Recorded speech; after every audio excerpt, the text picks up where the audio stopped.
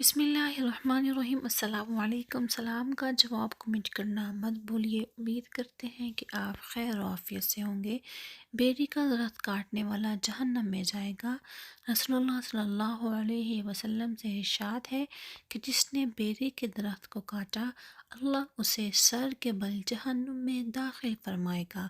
اہل سنت حضرات نے اس روایت سے مراد وہ بیری کا درخت لیا ہے جو صحرا و بیابان میں ہو اور جس کے سائے سے حیوانات اور مسافر فائدہ مند ہوتے ہوں۔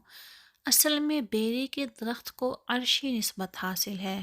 اللہ کے عرش پر بیری کا ایک درخت ہے جسے سدرۃ المنتہا کہتے ہیں۔ اس کے ارد گرد فرشتوں کا ہجوم ہوتا ہے۔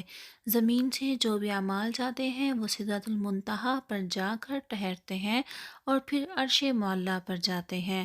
اسی طرح کی اور ویڈیوز دیکھنے کے لیے چینل کو سبسکرائب کرنا مت بھولیے۔ جزاک اللہ۔